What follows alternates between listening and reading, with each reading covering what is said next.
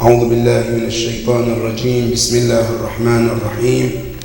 الحمد لله رب العالمين، ثم الصلاة والسلام على أشرف الأنبياء والمرسلين، سيدي وحبيبي ونور قلبي، طب القلوب ودوائها وعافية الأبدان وشفائها ونور الأبصار وضيائها، أبي القاسم محمد، اللهم صل عليه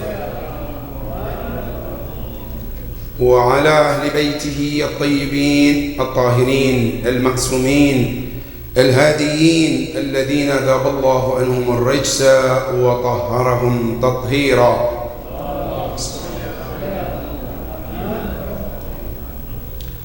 قال الله سبحانه وتعالى في محكم تنزيله: أعوذ بالله من الشيطان الرجيم، بسم الله الرحمن الرحيم. يا أيها الذين آمنوا اذكروا الله ذكرا كثيرا وسبحوه بكرة وأصيلا. صدق الله العلي العظيم. عباد الله، أوصيكم ونفسي بتقوى الله. My dear brothers, dear sisters, Assalamu alaikum wa rahmatullahi ta'ala wa barakatuh. Allow me to praise Allah subhanahu wa ta'ala for all His blessings, which if we are to count them, they are not countable. And allow me to send my salutation and respect to our leader, our mentor, our example, the best creation Allah ever created, the beloved of Allah, Al-Habib Al-Mustafa Muhammad, Allahumma salli ala.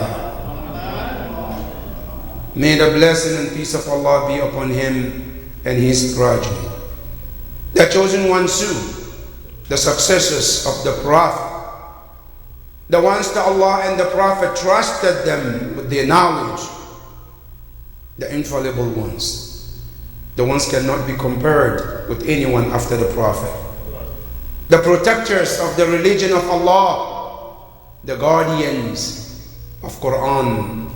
May the peace and blessing of Allah be upon all of them, and may Allah subhanahu wa ta'ala help us to follow their steps and their teachings, inshaAllah. Ibad Allah, allow me to remind myself and remind all of us about taqwa Allah, having conscience of Allah. Be in the state of knowing that Allah subhanahu wa ta'ala is the one who's going to hold each and every one of us accountable for everything. If nothing else, keep in mind that Yawm al-Qiyamah, Allah Rabbul Alameen will be the one to bring all our deeds to the public. And He said, وَلَا تَقْفُ مَا لَيْسَ لَكَ بِهِ عِلْمٍ إِنَّ السَّمْعَ وَالْبَصَرَ وَالْفُؤَادَ كُلٌّ أُولَٰئِكَ كَانَ عَنْهُ مَسْئُولًا. Everything will be held accountable Yawm al-Qiyamah. Nothing goes unaccounted. Allah subhanahu wa ta'ala said, keep in mind, your ears, your eyes, they all will be held accountable. May Allah help us do the right thing, Ya Rabbal Alameen. Ibad Allah, our khutbah today is about this verse from Surah Al-Ahzab, verse 41 and 42, which talks about dhikrullah, remembrance of Allah. Today, if you look in our society, in our homes, in our community, Allah is missing in the picture. We've forgotten Allah, and Quran reminds us, وَلَا تَكُونُوا كَالَّذِينَ نَسُوا اللَّهَ فَأَنْسَاهُمْ أَنفُسَهُمْ. Do not be like those who forgot Allah and Allah made them to forget themselves. When you forget Allah, you're not forgetting Allah, you're rather forgetting yourself. Allah subhanahu wa ta'ala says, and the moment we forget ourselves, Allah said that is the path to a loss. فَأُولَٰئِكَ هُمُ الْخَاسِرُونَ. That is why in this verse Allah is calling mu'mineen, Ya ayyuhal ladhina amanu, those of you who believe. And as we mentioned repeatedly in the Quran, anytime Ya ayyuhal ladhina amanu comes, expect responsibility. There is something Allah expects from the believers. Here when He says, oh, those of you who believe, what do you expect, Ya Allah? Allah said two things I expect from you believers. Because remember, you cannot say you're a believer and not be tested. You cannot be a mu'min and not be given responsibilities. A mu'min and iman comes with that task. So Allah subhanahu wa ta'ala says, Ya ayyuhalladhina amanu, those of you who believe. I said the first thing He says, Udhkurullah. Allah subhanahu wa ta'ala said, be constantly in the reminder of Allah, remembrance of Allah. Udhkurullah, remember Allah. How much? One time a day? Twice a day? Allah said, dhikran kathira. Let remembrance of Allah be a lot. It's not morning or evening or one time and that's it. No. Allah said, kathira. As much as you can. And every time that you got yourself in, Allah said, remember yourself. Now another ayah in the Quran comes to explain what does that mean here. Because you know we have Quran, tafsir called Tafsirul Quran bil Quran. One verse in this surah can explain another verse in another surah. Now when you ask Allah, what do you mean, Udhkurullaha dhikran kathira? Another verse comes to say, الَّذِينَ يَذْكُرُونَ اللَّهَ قِيَامًا وَقُعُودًا وَعَلَى جُنُوبِهِمْ. Allah mentioned three stages that you find yourself in. One, I said, الَّذِينَ يَذْكُرُونَ اللَّهَ قِيَامًا. When you find yourself standing, it's time to do dhikr of Allah. وَقُعُودًا. If you find yourself sitting, Allah said, remember me as well. وَعَلَى جُنُوبِهِمْ. When you're reclining on your bed, Allah says, still remember me too. In every stage you find yourself, Allah says, you are to remember Allah. That is the tafsir. So when Allah said, اذكروا الله ذكرا كثيرا, remember Allah. Allah, that's the first responsibility Allah requires from the mu'mineen. And then He said, وَسَبِّحُوهُ. التسبيح بمعنى التنزيه, purified Allah. When we say Subhanallah, meaning I'm purifying Allah from any defect. Every creation that you can think of, they all have defect, one way or another. Every human being, angels, jinn, and any being, they have defects, one way or another. Today you and I, when we compare ourselves to animals, we are better than the animal. We are perfect compared to the animals. Now you come human being, you compare us to Ahlul Bayt.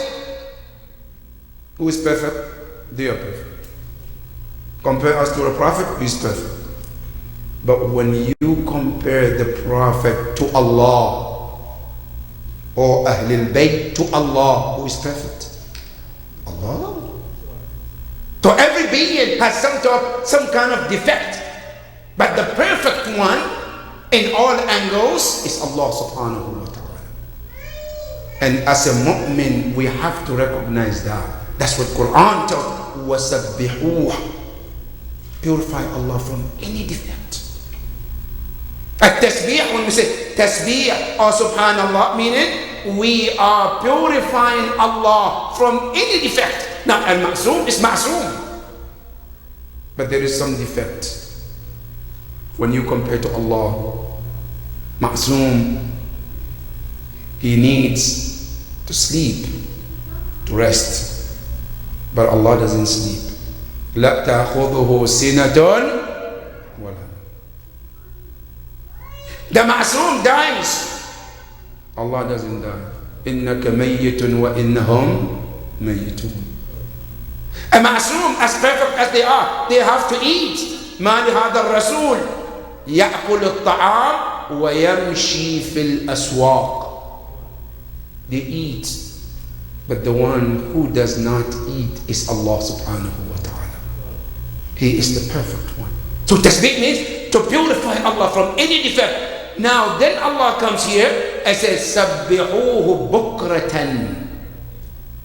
early in the morning, وَأَصِيلًا, and also at the end of the day. Twice Allah said, at least do your tasbih. Bukratan, because that is the beginning of your day. That's when you start your day. Allah said, at that moment, remember me. And then wa asila, at the time you end in your day, you're getting ready to go to bed, Allah said, at that time, remember me too. Because in Islam, there is no act of worship that is beloved to Allah like remembrance of Allah subhanahu wa ta'ala. Listen to the hadith of Ahlul Bayt alayhim as-salam. When they asked Rasulullah, Ya Rasulullah, ayyul ibadati afdal darajatan inda Allah yawm al-qiyamah? O Prophet, what is the best act that puts human being in the highest level on the day of judgment? The Prophet sallallahu alayhi wa alihi, he responded, الذاكرون الله كثيرا. Those who remember Allah a lot, those are the ones who have the highest position over there. Now this dhikr of Allah, what does it mean? ما معنى ذكر الله? Here there are different tafasirs in remembrance of the meaning of the word remembrance of Allah. One of the tafasir said ذكر الله بمعنى تسبيحة الزهراء عليها السلام. This tasbih that we take it lightly, especially after every wajib prayer, which is recommended for a mu'min after salat, Allahu Akbar 34 times, and then you remember also Alhamdulillah 33 times, Subhanallah 33 times. This is considered one of the best dhikr according to the Mufassirin. That is tafsir number one about dhikran kathira. Tafsir number two, they say dhikrullah here meaning to remember the beautiful names of Allah. When you call upon Allah and you remember Him with those beautiful names, those are the meaning of dhikrullah. But in any case, dhikrullah has many names. But one meaning of dhikrullah that I wanted to be take home message for me and for you today, brothers and sisters, that Ahlul Bayt alayhim as-salam, they say one of the best dhikr can be defined in four things. Four things can be considered one of the best dhikr. Number one, they say dhikr of Allah during the time of ibadah. The moment you want to do ibadah, any ibadah that you want to do, at that moment, dhikrullah is the most important thing at that point. What is it? For example, let me give you an example with salah. How can I do dhikr at the time of salah? By the way, salat itself is dhikrullah. But with salat, the salat that meets all the conditions of salah, not just ruku and sujood, no, the salat that comes with all the conditions. That's why Allah called salat al-jum'ah dhikrullah. إذا نودي للصلاة من يوم الجمعة فاسعوا إلى, Allah didn't say فاسعوا إلى الصلاة, say فاسعوا إلى ذكر الله. Salat is dhikrullah. But when the salat becomes dhikrullah, when the salat meet the conditions, and what are the conditions? One of the two keys in dhikrullah in your salat. Number one is called hudurul qalb, bringing your heart at the time of salah. You know, a lot of time we pray, we do salah, but our mind is not in salah. I'm here, my body's here, but my mind and my heart is somewhere else. I'm doing the ruku, I'm doing sujood, but it's just an exercise because there is no connection with Allah. The first zikr of Allah is to have that hudur al-qalb. That's number one. And number two is called khulus al-niyyah. That act of ibadah becomes only for the pleasure of Allah. I don't expect anybody to say, oh, he is a good mu'min, oh, he comes Jummah every week, oh, he wears this, he does. No, I want only the pleasure of Allah. If you can do these two things in any of your ibadah, that is called the best dhikr of Allah. That's number one. Number two, one of the mawarid al-dhikr of Allah subhanahu wa ta'ala is to remember Allah at the time of sin. Dhikrullah in the ma'siyah. Now somebody can say, who remembers Allah at the time of sin? Yes, you may remember Allah at the time of sin. And when you remember Allah at the time of sin, what it does is helps you to prevent you from that sin. I want to drink alcohol. The moment I remember Allah is watching, Allah can punish me, I refrain from it. That is called the best dhikr of Allah. I want to go hurt someone, I remember Allah, I refrain. That's called the best dhikr of Allah, because that dhikr is able to change you. That's one. And there is another dhikr also, ba'd al-ma'siyah. After the sin, you still do dhikr of Allah. How? When I finished the sin and I came back to my sins and I realized what I have done, then immediately I surrender to Allah and do tawbah, because I remember Allah. That's called dhikrullah too. The moment you remember Allah subhanahu wa ta'ala with the sin and you immediately go to Allah and you ask Allah for forgiveness, it's called dhikrullah. And that is one of the best dhikrullah too. That's number two. Number three, they say dhikrullah in the kulli ni'mah. To remember Allah at every time you see the blessings of Allah. But there is two here, brothers and sisters. Sometimes I remember the blessing, then what? Then nothing. That's not what we're talking about. You remember the ni'mah of Allah, and then وَالشُّكْرُ عَلَيْهِ. You remember Allah's blessing, and immediately you follow it with the thankfulness. I sit in front of the food.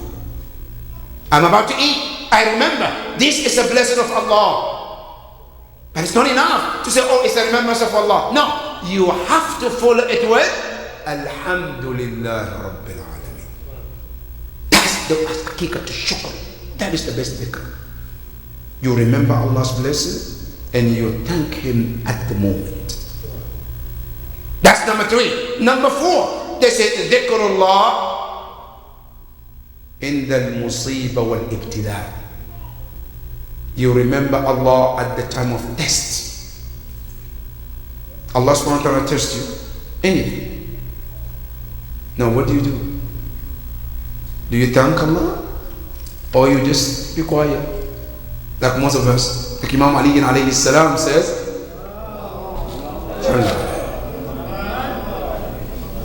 when people came and they were telling Imam Ali, we are your Shia. Imam Ali said, I don't see the sign of Shia on you. They said, Ya Amir al-Mu'minin, we are your Shia. He said, but I don't see the features of Shia on you. Imam Ali told them, the Shia who are true Shia of mine, they're different than what I see in you.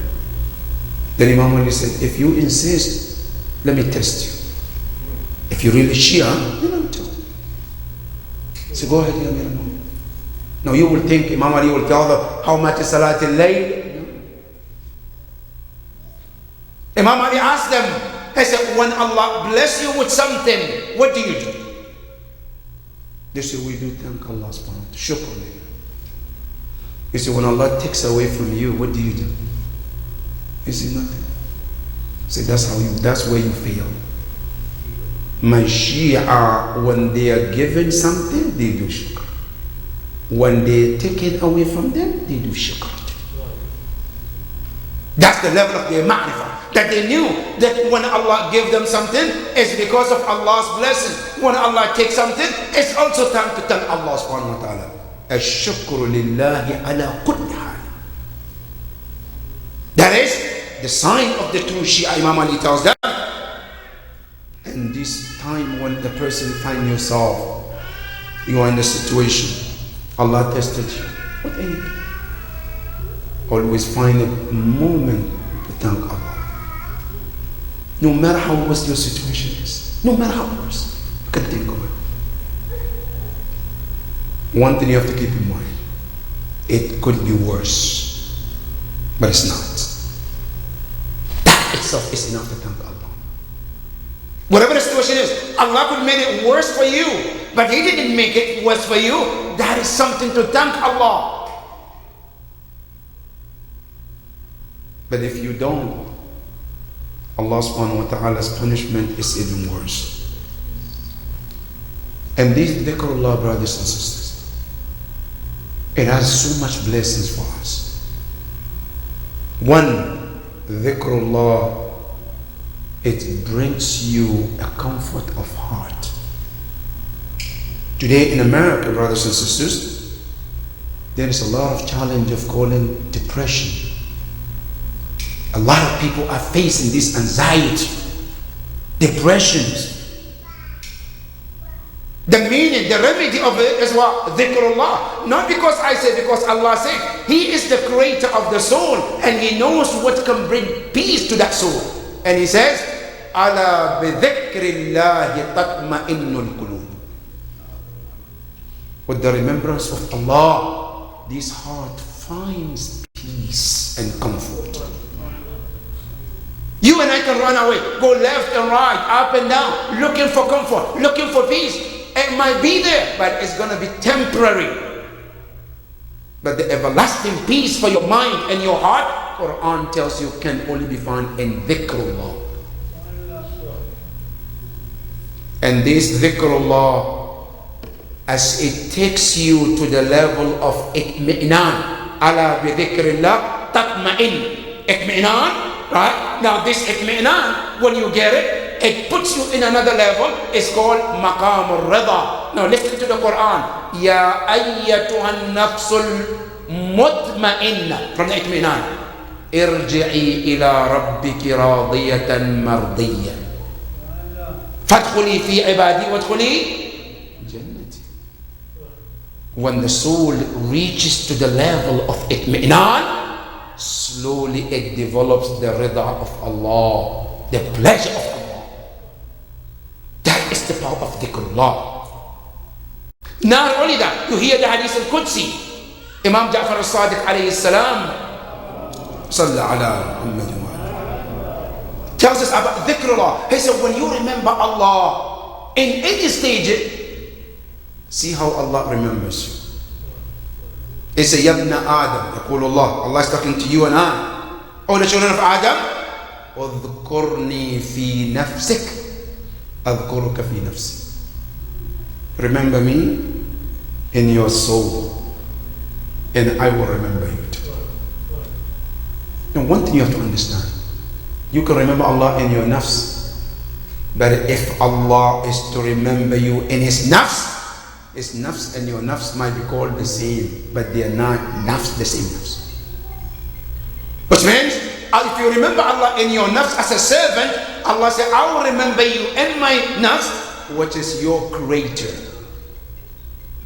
That is one. There is not only that. It says, اذكرني في الخلاء أذكرك في خلاء. Remember me in private. When you are by yourself, remember me. Allah said, I will remember you in private too. Allahu Akbar. You know, I want to just elaborate here a little bit, brothers and sisters. When Allah said, اذكرني في الخلاء, remember me when you're in private, when you're alone, when you're by yourself. You know, a lot of time, brothers, we want to remember Allah when something happened to us. That's when we remember Allah. I'm in trouble. Ya Allah, Things are going wrong, Ya Allah. But when things are okay, no Allah. One thing you gotta remember, Allah subhanahu wa ta'ala is telling you in this hadith al-Qudsi, He said, when you remember me in your private time, when everything is perfect, He said, I will remember you at the time of private and difficulty time. And at that time, you don't even need to call, because you already did it. Then he continues in the hadith, he says, Ya ibn Adam, udhkurni fi mala'in. He said, remember me in a group of people. He said, adhkuruka fi mala'in khayrun min mala'ik. When I remember you, I'm going to remember you better in the group of people you remember me. That is Allah subhanahu wa ta'ala. We need to remember Allah, brothers and sisters. Today our difficulty is all because of what? Forgetfulness of Allah. If we can go back and remember Allah in every aspect of our life, you will see how Allah is going to change everything. One thing, dear brothers and sisters, the problem that we have as a human being, we want Allah in everything of our life. But we forget that we never invited Allah to it first. If you want Allah in something, you got to invite Him. If I want you to come into my house, I have to call you, invite you. If you want Allah in every matter of yours, you have to remember Allah in all matters, then He will be there in all your matters. But if you forget Allah, then Allah forgets you. May Allah subhanahu wa ta'ala remember us in everything, Ya Rabbil Alameen. Bismillah ar-Rahman ar-Rahim. Inna ataynaka al-kawthar fasalli li rabbika wanhar. Inna shani'aka huwa al-abtar. Sallu ala Muhammadin wa ali Muhammad.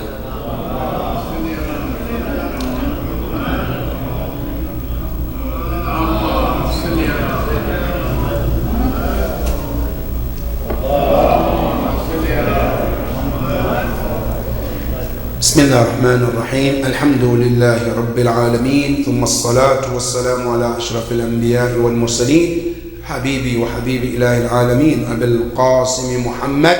اللهم صل على محمد وآل محمد وعلى أهل بيته الطيبين الطاهرين، لا سيما آخرهم قائم أهل بيت محمد المهدي المنتظر، روحي وأرواح العالمين لتربة مقدمه الفداء. اللهم اجعلنا من أنصاره وأعوانه ومن المستشهدين بين يديه جميعا، ورحمة الله وبركاته.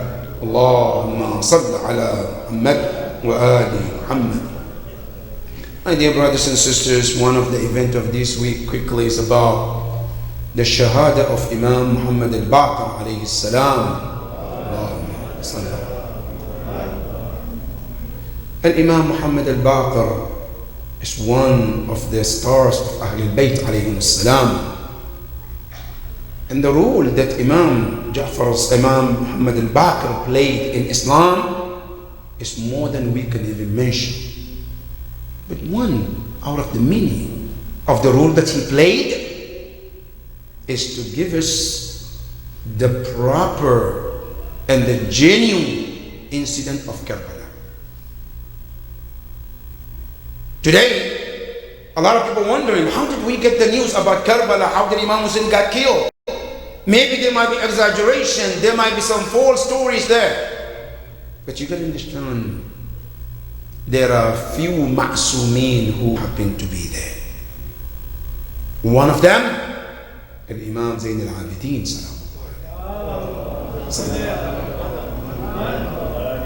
and one of them is Imam Muhammad al-Baqir. And one of them also is Zaynab alayhi salam.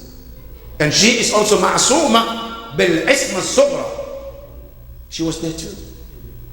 So the stories that we got from Ahlul Bayt alayhi salam about what exactly happened to Imam Hussein and what happened to his companions came from these people.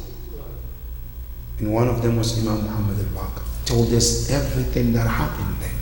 Who did what, who didn't do exactly. That's where we get the message. Not only that, Imam Muhammad al-Baqir alayhi salam, on that, after Karbala, he also followed the steps of his father. And today, when we talk about Imam Ja'far al-Sadiq establishing that institution in Medina, in reality, the one who started it was Imam Muhammad al-Baqir. He started that pillar of that institution, and Imam Ja'far al-Sadiq came and expanded it. But the one who was initiated was Imam Muhammad al-Baqir. That's one of the roles of Imam Muhammad al-Baqir in this religion.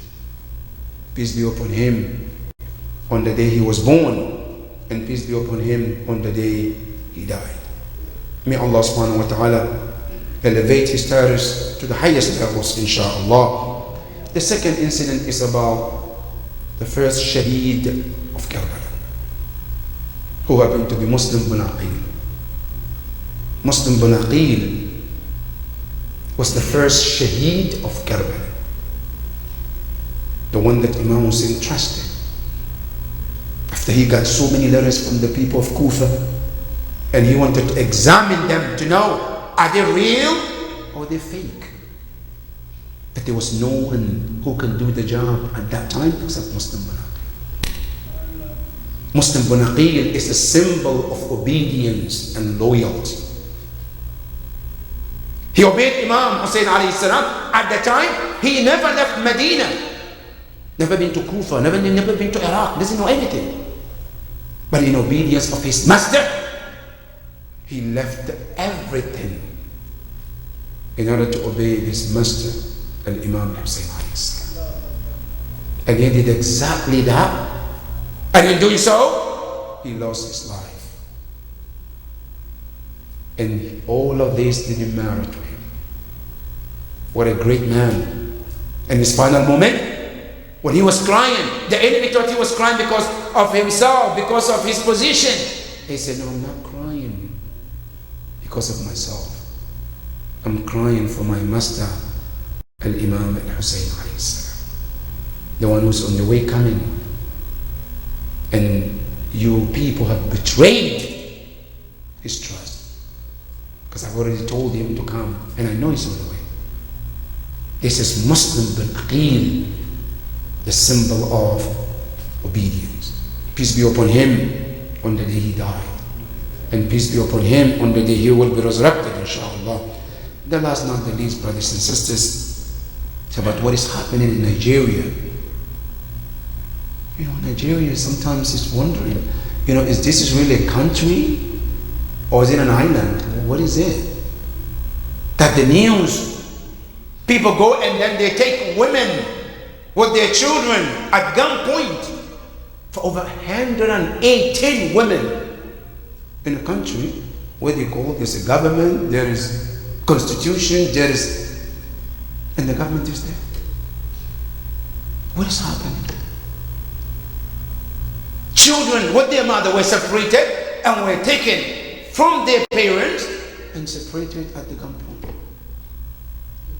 And the government is still there and not doing anything. You see, Boko Haram is also killing people here and there and not doing anything. And they still holding Sheikh Zakzaki, Hafadahullah, in their custody for no sin that ever been proven that he did. The court tells the people, the government, he is not guilty of anything. There's nothing you can prove that he is guilty of. Let him go. They say, no, we are not going to let him go. And the world is watching, the human rights is watching. Nobody can say anything. Nobody can voice for this person. And the reason is because he's a Shia. If he was to be another dude, another person somewhere, oh, mashallah, that would be a different story. He doesn't have a voice, but he has Allah. And he who has Allah has every voice. Sooner or later they should watch what Allah is going to do to them. May Allah subhanahu wa ta'ala hasten his release, Ya Rabbil Alameen. All those who have been held in the oppression under the tyrant government, Ya Allah, release them as soon as possible, Ya Rabbil Alameen. Ya Allah, hasten the appearance of the Imam, who is the savior of all madlumeen, Ya Rabbil Alameen. Bismillah ar-Rahman ar-Rahim. إنا أعطيناك الكوثر فصل لربك وانحر إن شانئك هو الأبتر. صلوا على محمد وآل محمد.